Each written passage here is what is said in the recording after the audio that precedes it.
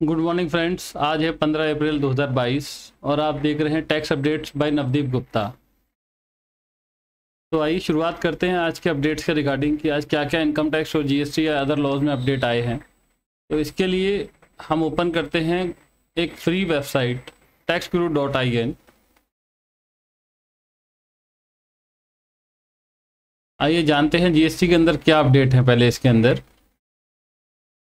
तो GST section में हम न्यूज़ को ओपन करते हैं और न्यूज़ में देखते हैं कि आज के दिन क्या नए अपडेट्स आए हैं। तो न्यूज़ में 12 अप्रैल का ही एक न्यूज़ है, 2 factor authentication for E way bill and E invoice system. ये तो हम पढ़ चुके हैं पहले ही। नोटिफिकेशन एंड सर्कुलर में देखते हैं कि इसके अंदर क्या आया हुआ है।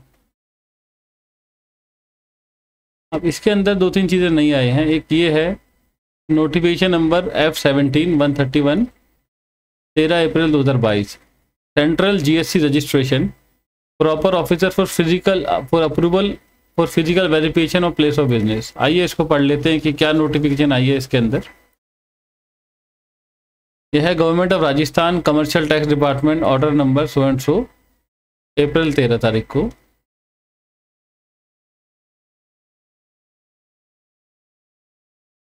इसमें है I Ravi Jain chief commissioner state tax Rajasthan hereby authorise joint commissioner oblique deputy commissioner central tax unit state tax Jaipur for giving approval for physical verification of place of business to the proper officer. Okay, तो ये internal एक order है government का, राजस्थान की government का, कि जिसके अंदर जो इंटरनल अप्रूवल है वो कैसे कैसे देना है फिजिकल वेरिफिकेशन के लिए, उसके लिए उन्होंने एक नोटिफिकेशन इशू किया है, प्लस नीचे ऑफिसर्स के नाम लिखे हुए हैं। तो ठीक है, ये इतनी रेलिवेंट नहीं है नोटिफिकेशन। इसके अलावा हम लोग जुडिशरी में देखते हैं जीएसटी के अंदर कुछ नया, अगर कोई जजमेंट्स आई हो तो taxguru.in वेबसाइट ने कुछ जजमेंट रिपोर्ट किए हैं। इन्होंने कहा है high court directed competent authority to deposit amount of GST refund directly in bank account of SSC Hardik textile through its proprietor Hardik Patel, Gujarat high court. आइए जान लेते हैं क्या है ये।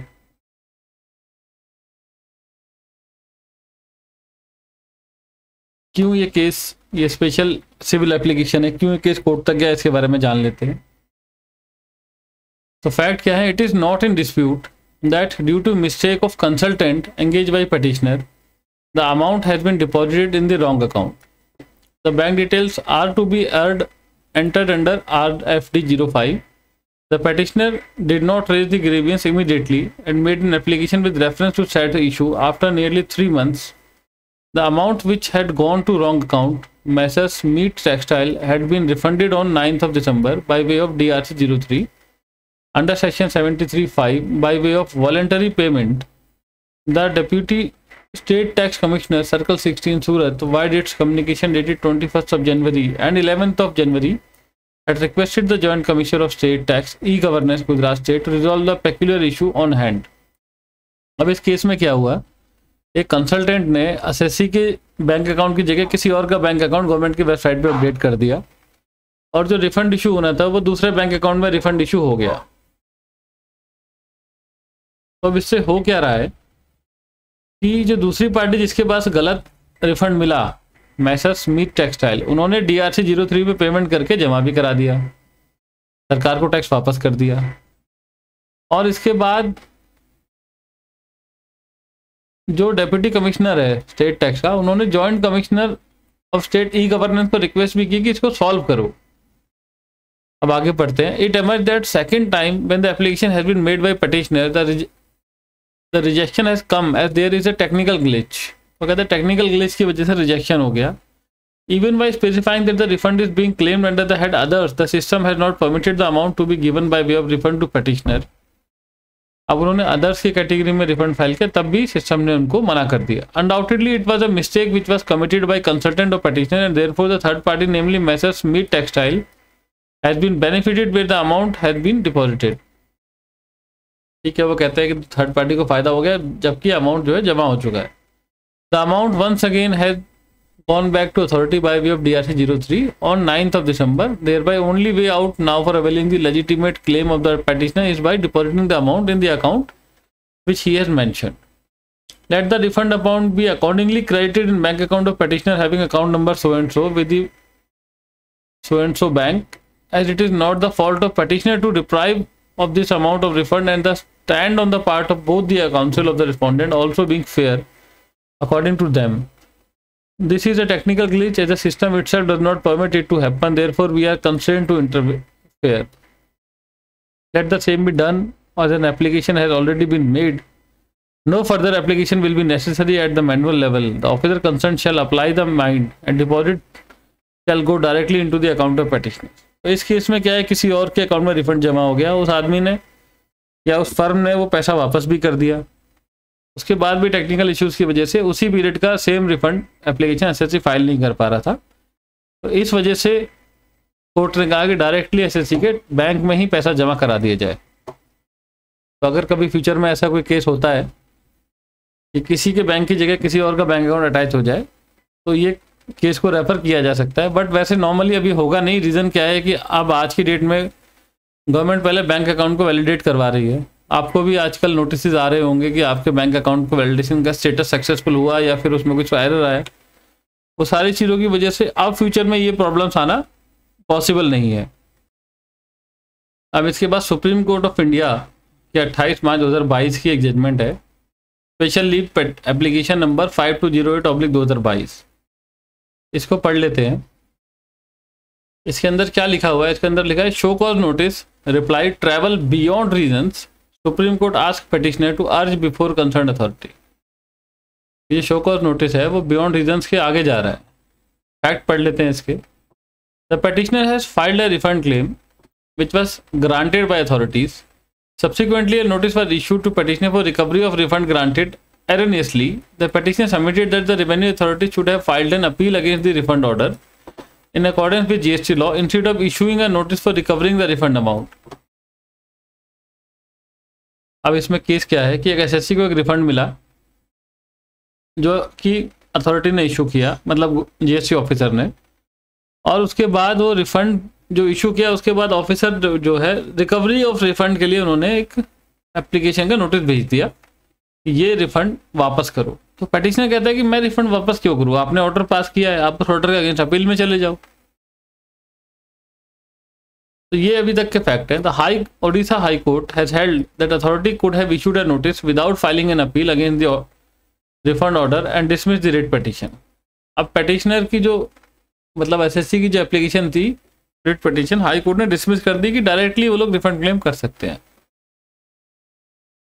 अब सुप्रीम कोर्ट में क्या हुआ? Supreme court held that it is open to petitioner to urge before the concern authority that show cause notice travel beyond the region delineated in section 74 and Odisha GST act, that the issue be considered by appropriate authority on its own merit and in accordance with law. Basically supreme court ने कह दिया कि जो authority है वो खुद ही इसको deal करे और एसएससी इसके लिए जो रिकवरी प्रोसीडिंग है उसमें अपना रिप्लाई फाइल करे, रिप्लाई फाइल करके एज पर लॉ चले, सुप्रीम कोर्ट में डायरेक्टली ना जाए। ये एक ऑर्डर है सुप्रीम कोर्ट का।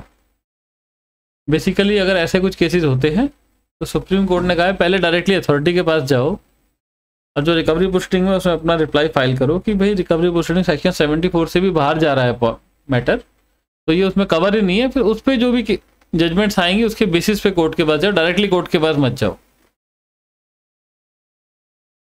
इसके बाद एडवांस रूलिंग में एक जजमेंट है, एडवांस रूलिंग तेलंगाना, उसमें कहते हैं advance ruling Telangana allow so and so company to withdraw application. तो एप्लीकेशन विड्रॉ करने के लिए अलाउ कर दिया, इट रेलिवेंट नहीं है। GST AAR Telangana Hyderabad to withdraw application, उन्होंने भी विड्रॉ के लिए अप्रूवल दे दिया। अब इसको पढ़ते हैं। Advance ruling Telangana authority of advance ruling की 8 अप्रैल की है, ऑर्डर नंबर 20/2022।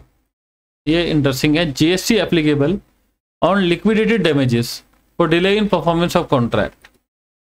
अब होता क्या है, लिक्विडेटेड डैमेजेस क्या होते हैं? जैसे कॉन्ट्रैक्ट में लिख दिया गया कि भाई आपको एक काम इतने समय में कंप्लीट करना है। अब वो कंपनी अगर वो उतने समय में कंप्लीट नहीं करती तो कंपनी को एक पेनल्टी पे करनी होती है। तो अब क्वेश्चन ये उठता है कि जो पेनल्टी पे कर रहे हैं डिले की वजह से, उसके ऊपर क्या जीएसटी एप्लीकेबल है या नहीं है? तो उसमें अथॉरिटी ने कहा कि हाँ जीएसटी एप्लीकेबल है। आइए इसके फैक्ट पढ़ते हैं। In the present case, liquidation damages are claimed by applicant from the contractor due to delay in performance of contract beyond the date prescribed in such contract by contractor. कि जो दिन prescribe था date, उस date के बाद तक भी contract चला, इसलिए लिक्विडिटी डैमेजेस को क्लेम किया है.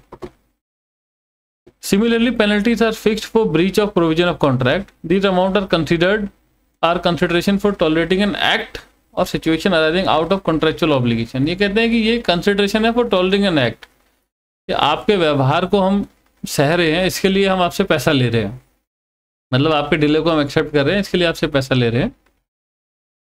The entry 5E of Schedule 2 classify the act of forbearance as follows: agreeing to the obligation to refrain from an act or tolerate an act or a situation or to do an act. कहते हैं ये entry 5E of Schedule 2 है, उसमें लिखा हुआ है इसके बारे में. Further section 231B of CGST Act mention that consideration in relation to supply of goods or services or both include the monetary value of an act of forbearance. कहते हैं कि उसकी monetary value को भी ऐड किया जाएगा अगर आप कोई एक्ट को forbear करते हो तो. Therefore, such a tolerance of act or situation under the agreement constitutes supply of service and consideration of monetary value is exigible to tax. The consideration received from such forbearance is taxable under CGST and SGST at the rate of 9% each under chapter heading 99997 at serial number 35 और notification number 11/2017. Basically उन्होंने कहा कि अगर delay के लिए कोई penalty लगेगी तो उसके ऊपर भी GST एप्लीकेबल हो जाएगा. ये जजमेंट बिल्कुल ठीक है, बिकॉज लॉ भी यही कहता है कि अगर आपको इस तरीके से कोई भी पेनल्टी एडिशनल अमाउंट मिलता है तो उसके ऊपर भी आपको टैक्स देना पड़ेगा. फिर है एडवांस रूलिंग एक और तेलंगाना की. 8 अप्रैल का ऑर्डर है, ऑर्डर नंबर 22 और IGST paid on import is eligible to be availed as ITC both as intra and inter state sales. ठीक है, तो इसके ऊपर जान लेते हैं क्या चीज़ है. बेसिकली हेडिंग पढ़ के समझ आ रहा है. IGST paid on import is eligible to be availed as ITC. कहते जो इम्पोर्ट पे IGST पे किया है उसको हम अवेल कर सकते हैं ITC की तरह on intra and inter state sale, चाहे विद इन स्टेट सेल करे चाहे स्टेट से बाहर सेल करे, दोनों के केस में. अब इसका फैक्ट जान लेते हैं. The liability of for registration arise under section 22 if the supplier make taxable supply the aggregate turnover of which exceed rupees 20 lakh in a financial year. Such registration is to be obtained in the state from which the taxable supply is made. वो कहते हैं section 22 के अंदर अगर आपकी supply की value 20 lakh रुपये से एक्सीड होती है तो आपको रजिस्ट्रेशन लेना होता है उस स्टेट में जहाँ पे सप्लाई दे रहे हो जहाँ से. Further in case of supply of goods made from custom warehouse such supply is not treated as supply of goods under entry 8 of Schedule 3 of CGST Act if it is a supply of warehouse goods to any person before clearance for home consumption or a supply of goods by consignee to any other person by endorsement of document of title to goods after the goods have been dispatched from the port of origin located outside India but before clearance of home consumption. Basically कहते हैं कि supply अगर custom warehouse से supply करेंगे तो supply of goods नहीं माना जाएगा. कब कब नहीं माना जाएगा? अगर होम कंजम्पशन से पहले ही उनको सप्लाई कर दिया गया या फिर जो बिल ऑफ एंट्री ट्रांसफर करते हैं उसके थ्रू हो जाए.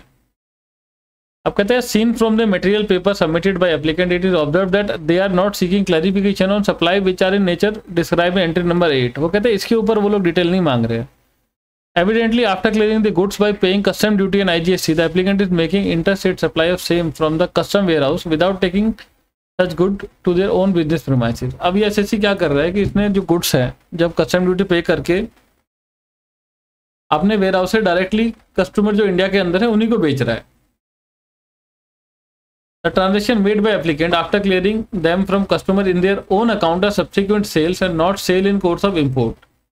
वो इंडिया से बाहर नहीं कर रहा और ना ही इम्पोर्ट के केस में कर रहा है कि भाई सामान अभी आ रहा है उसके बाद उसको बेच रहा है. वो कहता है हमने अपने वेयर हाउस में सामान ले लिया, कस्टम ड्यूटी पे कर दी, the custom clearance will be made by the purchaser in which case the transaction will be covered under entry 8 of schedule 3. ठीक है. Therefore the subsequent sale when made to customer within the state of Telangana will be an intra state sale liable to CGST and SGST and when such sale is made to customer in other state of country it will be inter state sale liable to IGST. वो कहते हैं ware house से जो state of Telangana में बेचोगे तो CGST SGST लगेगा, Telangana state से बाहर बेचोगे अदर पार्ट ऑफ कंट्री में तो IGST लगेगा। Being a taxable sale of a person making such taxable supply is liable to take registration under CGST act.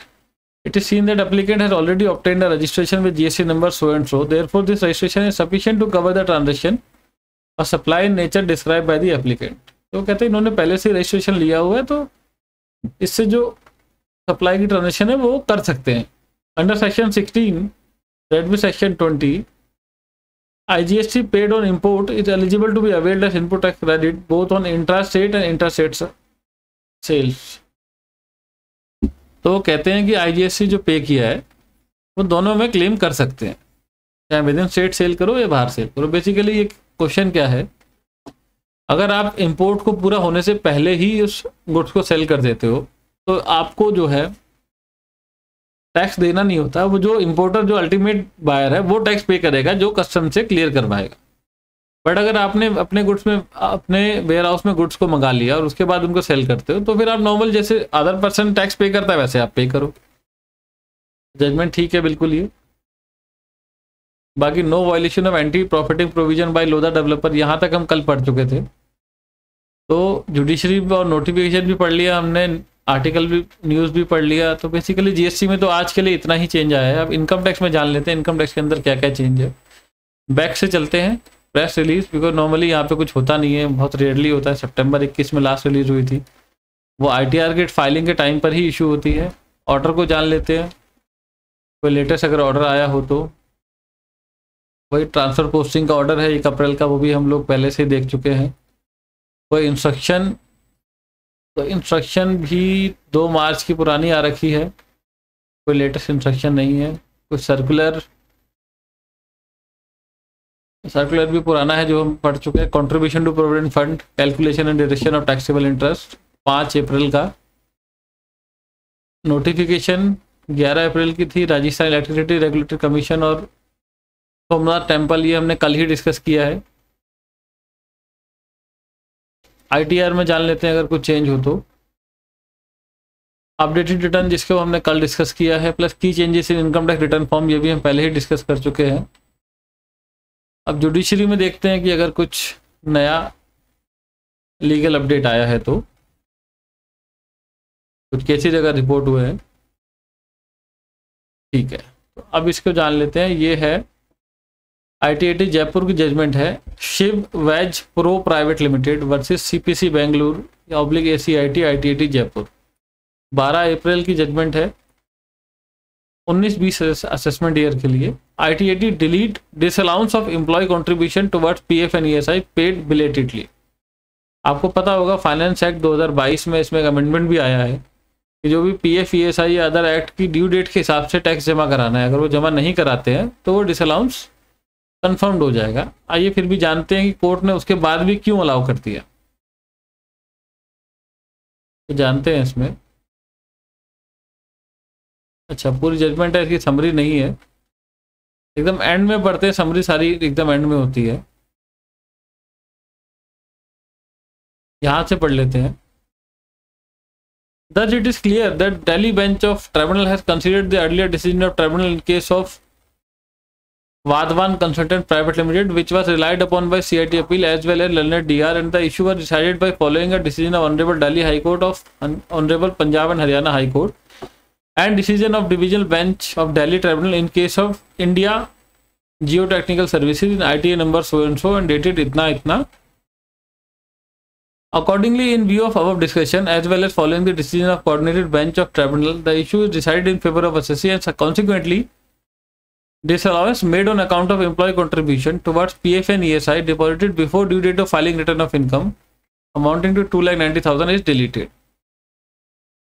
In the result, assessee appeal is allowed. Respectfully following the order of this bench, in case of Sanjay Porwal versus CPC, the disallowance made on account of employee contribution towards PF and ESI deposited before due date of filing of return of income is deleted. Basically discussion है, अब इसमें पढ़ेंगे तो बहुत time लगेगा। मैं आपको थोड़ा ब्रीफ फैक्ट बता देता हूँ। ब्रीफ फैक्ट क्या है कि आज की डेट में अगर आप एम्प्लॉय PF या ESI या लेबर वेलफेयर फंड या एनी अदर सुपरएनुएशन फंड किसी में भी कंट्रीब्यूशन को डेली डिपॉजिट करते हो as per their respective act. तो गवर्नमेंट ने फाइनेंस एक्ट 2022 से लॉ चेंज कर दिया है। उस केस में आपको कोई भी बेनिफिट नहीं मिलेगा और वो डिसअलाउंस कन्फर्म्ड है। हो सकता है ये जो जजमेंट अभी आई है ये भी फ्यूचर में जाके रिवर्स हो जाए, बिकॉज जब गवर्नमेंट ने लॉ को ही बैक डेट से रेट्रोस्पेक्टिवली अमेंड कर दिया है तो जजमेंट मेरे हिसाब से आज के डेट के हिसाब से रॉन्ग है। इसके बाद ये जजमेंट है बॉम्बे हाई कोर्ट की, sanction by additional CIT institute of PCIT. ये हमने कल तक पढ़ लिया था कि अगर एडिशनल सीआईटी ने सैंक्शन दे दिया जबकि principal commissioner of income tax को देना था तो वो वैलिड नहीं है, बिकॉज कोर्ट कहता है कि जिस अथॉरिटी को काम दिया गया है वही अथॉरिटी उसको अप्रूवल दे। तो जजमेंट में भी कोई खास जजमेंट नहीं है। एक बार न्यूज़ भी देख लेते हैं इनकम टैक्स में, अगर कोई न्यूज़ आई हो तो। न्यूज़ है government reduce import duty on cotton to 0।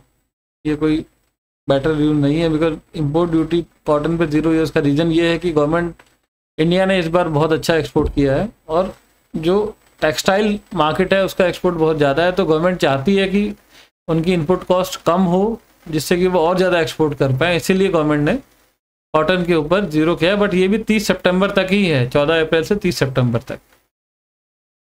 अब बाकी है CBDT release common offline utility. इसके लिए हमने कल बात भी की थी कि जो यूटिलिटी आती है ITR 1 to 4 की, अब वो गवर्नमेंट ने रिलीज़ कर दी। अब कोई भी पर्सन चाहे तो अपनी ITR फाइल कर सकता है। उनको गवर्नमेंट साइट पे जाना है, जाके फॉर्म डाउनलोड करने हैं। हम आपको बता भी देते हैं कहाँ से डाउनलोड होंगे फॉर्म। इसके लिए जो वेबसाइट है गवर्नमेंट की,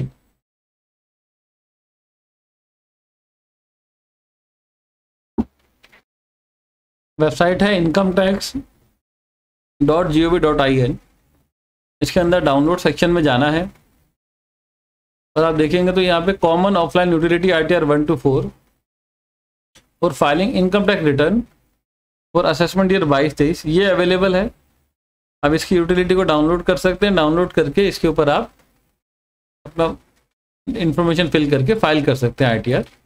तो गवर्नमेंट ने ये रिलीज़ कर दिया जिससे जो भी असेसी जिनका TDS नहीं कटा होता या फिर सिंपल इनकम दिखानी होती है जिसमें कोई रिफंड क्लेम नहीं होता, उन केसेस के लिए ये वाले ITR फाइल कर सकते हैं, जो आज की डेट में फाइल कर सकते हैं। बट जिनका TDS कटा हुआ है या फिर कुछ इन्फॉर्मेशन बैंक वगैरह से आनी है तो वो लोग अभी वेट करें, बिकॉज Q4 फाइनेंशियल ईयर 21-22 की जो डेट है TDS रिटर्न की वो 31 मई है।